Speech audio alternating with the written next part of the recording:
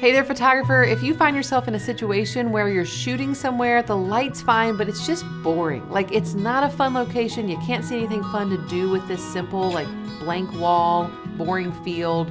I'm going to show you how to take a boring situation, a boring location, and actually create captivating composition when you feel like you've got nothing to work with.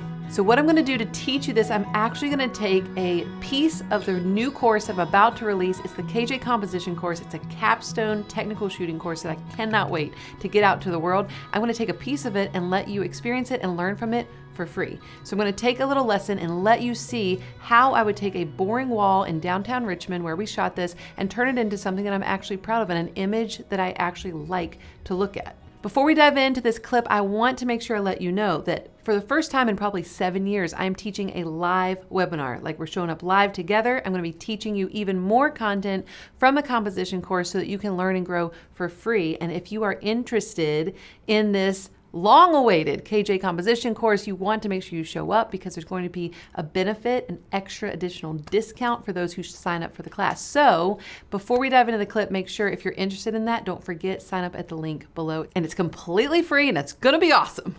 Roll the clip, Ty. Okay, so this is gonna seem very simple, but what I'm working with you now on is a blank city wall in an urban setting. How can we add variety? How can we make this look more elevated, more professional? It's just a simple wall. Like, there's nothing much to talk about, but I already know the first step.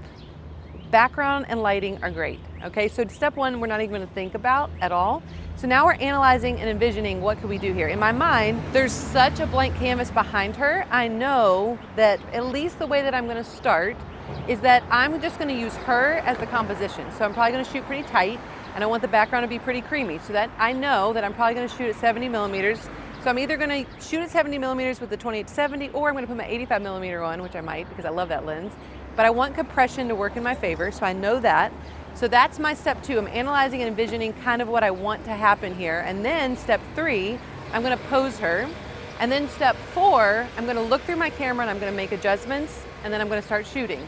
But what you will also see is that I'm gonna do the basics of making what I envision come to life, and then I'm gonna move on to more advanced workshopping phase, and I'm gonna make it next level with some elements that I think I can use. So we're gonna start here. You can lean your shoulder against the wall. I will start at an angle and then we'll change it. Oh yeah, look at you, I love it. You can hold with your right hand your hair. So this is step three. So I'm posing her, and now I'm figuring out what I'm doing. So you can look down towards, like, right around here. Beautiful, Cam. Oh my gosh. Well, I should have done your senior portraits here. You can laugh at me. Beautiful. That arm can come down, you can do this. So you'll notice when I'm talking to her, I know this is not a posing course, but it is just in my nature that I cannot let someone just linger. I just can't do it. And so when I say to her, like, okay, now you can let your hand down, I'm just feeling the silence, but in my mind, I'm about to change to vertical, and I'm using that transition to also change something for her so it doesn't get stale. And that's actually very important, because if you don't learn these things and you don't pay attention to these things, then all of a sudden when you're shooting, you're gonna be thinking about step 4 and step 5, like, oh, Katelyn says add variety, but your client is just standing there like, what do I do? So pay attention to how often I'm changing a pose, and know that it's not really that she needs to change a pose, it's that I am figuring out my composition while I'm shooting, okay? So perfect, just like that. You can hold a little further around, just kind of resting there. Oh, I like you looking down. I like you looking down. Beautiful. So I am putting her in the bottom right quadrant using the rule of thirds. I'm going to try to make it a little more extreme without seeing the edge of the building. Oh my word. You can look up, like, almost towards, like, that Gray Street sign. Oh my gosh, I love these. Marcus is going to love these. I love it. Okay, keep looking that direction. A little more serious for one. Okay, I love it. I'm going to try one more horizontal.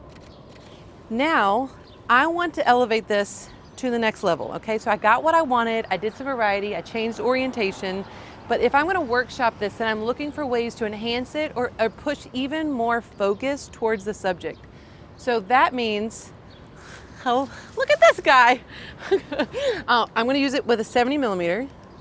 So Cameron, you're still doing a hand on the hip, looking straight down across the street, and I am finding a way to wrap around this tree around her body. Perfect. And if you want to, put a little more pressure on your index and your thumb, like kind of push in, yes. So that your fingers, instead of looking like this, they kind of just sit, yeah, just like, yeah, a little natural. Okay, so I'm looking for a way to frame her. Beautiful, just like that. And I like this. This is a little too dark, so I might want to shoot in a different way to make these a little bit brighter. So I'm going to change something completely. I'm going to leave you here. You can actually lean against the wall. And I'm going to risk my life in a second and shoot. I'm shoot from the road. I'm going to shoot back this way. So Cameron, I love this. I love it. Stand up for me 1 second. Pop a leg. And now just pinch your dress for me.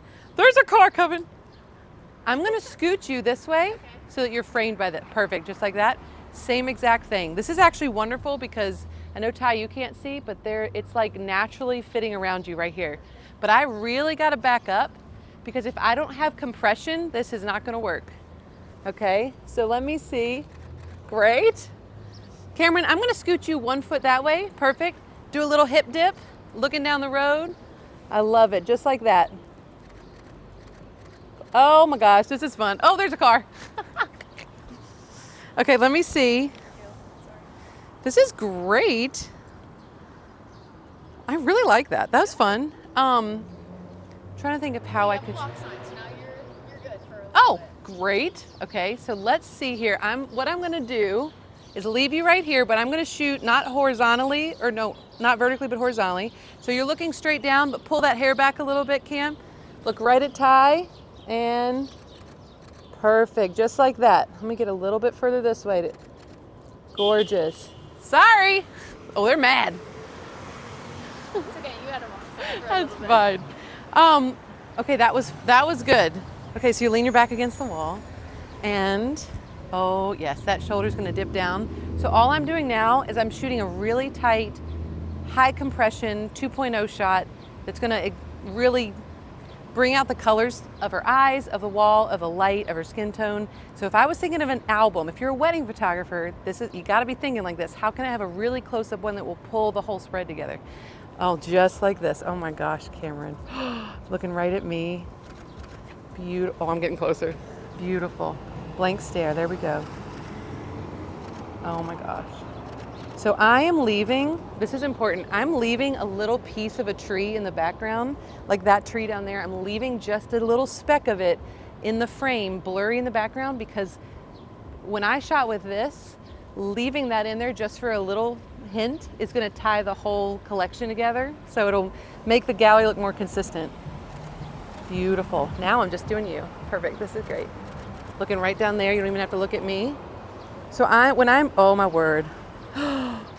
Don't move. Sorry. So go back to where you were. Just let your eyes come to me.